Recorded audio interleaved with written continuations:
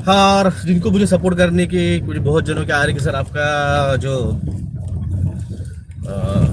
Phone पे वो चल नहीं रहा है। तो फ़ोन पे अभी कुछ दिनों का लिए मेरे ख्याल से उसका प्रॉब्लम हो गया है। आप मुझे अकाउंट पे डायरेक्ट सपोर्ट दे सकते हैं। मेरा बैंक अकाउंट नंबर है 303939111171। IFC कोड है SBIN 00100791। MIT college branch Aurangabad. और मेरा गूगल पे नंबर है +919096289202। अभी आपकी मर्जी है, आपको मुझे कितना सपोर्ट करना है। हम कोई मांगते नहीं है, आपको जो करना है कीजिए।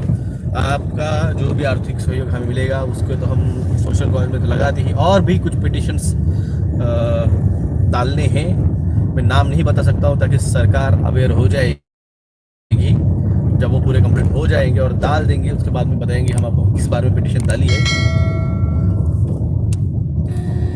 तो आपका सपोर्ट अगर मिलेगा तो एक पिटिशन हम डालने वाले हैं। प्रिपेयर हो चुके, कल ही हाई कोर्ट के एडवोकेट्स जो है मेरे दोनों तीनों, उनसे कल मुलाकात हुई, थोड़ी सी चर्चा हुई। कल गुरुवार था तो उनको फास्ट था, तो इसलिए उनको जल्दी जाना पड़ा।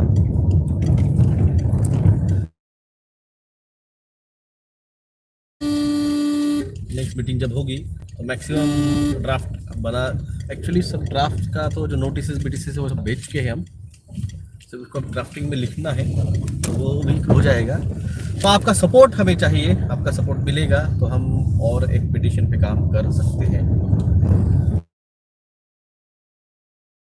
ट्रस्ट जो है आपको बताया था, डॉक्टर जगदळे फाउंडेशन, कुछ टेक्निकल प्रॉब्लम की वजह से वो 8 महीने नहीं हो पाया।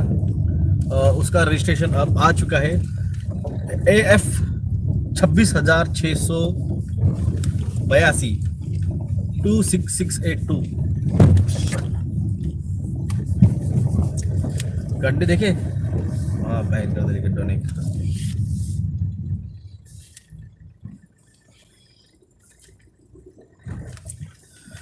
तो उसका भी हम जल्द ही उसका पैन कार्ड निकाल के उसको अकाउंट हम आपको देंगे डिटेल, और उसमें आप बिल्कुल खुलेआम हमें सपोर्ट कर सकते हैं, हमें आर्थिक सहयोग डायरेक्ट दे सकते हैं। उसका हर साल का ऑडिट रिपोर्ट बनता है, वो चैरिटेबल ट्रस्ट कमिश्नर के सामने वो पूरी की पूरी रिपोर्ट जाता है, उसका ऑडिट होता है। वो पूरा का पूरा ऑडिट आपको हर साल पब्लिश किया जाएगा।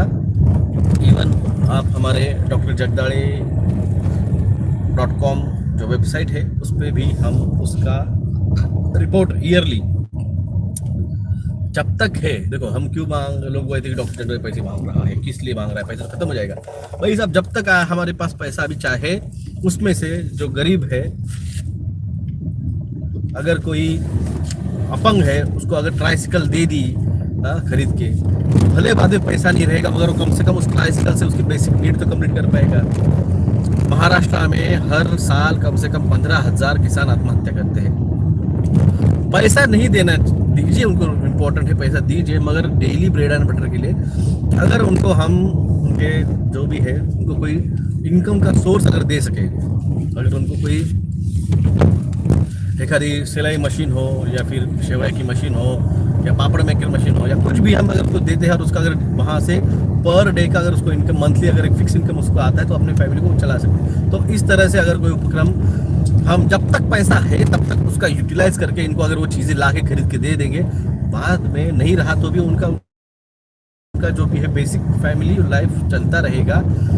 ये इम्पोर्टेंट हम सोच के ये चैरिटेबल फाउंडेशन स्टार्ट किया है। बाद में अपने पिटिशंस वगैरह चलते रहते हैं, कई सारे अनाथ बच्चे हैं, सब तक तो हम चाहिए। अब इतने लोगों को इन्होंने पनीर टिक्की ठुकवाए, कितने लोग उस पनीर टिक्की के लेने की वजह से माँ बाप दोनों मर गए। ऐसे महाराष्ट्र में कम से कम 4,500 फैमिलीज है जिनके दोनों माँ बाप मर गए हैं सेकेंड लहर में। सेकेंड लहर में मतलब आपको समझ गया होगा, पनीर टिक्की के साइड इफेक्ट के बाद में। तो उसकी जिम्मेदारी ये सरकार नहीं ले रही है। सरकार बदल गई, अब समझो, सरकार बदल गई। ठाकरे सरकार चली गई, शिंदे सरकार आ गई। फडणवीस कंट्रोल बाय शिंदे सरकार वो आ गई है। तो सरकार बदल गई, क्या क्या गया? हाँ, टोपे साहब ने उनका जो कमाना था वो कमा लिया। हाँ, अभी नया जो बनेगा जो अपने हेल्थ मिनिस्टर वो कमाएगा। हाँ, भाई रॉकचाइल्ड और रॉकफेलर दे रहा है ना पैसा, बिल गेट्स पैसा दे रहा है ना, तो कमाओ ना भाई, क्यों नहीं कमाने का? तो राजकारण क्यों कर रहे हैं? हाँ, कमाने के लिए तो आए राजकारण में।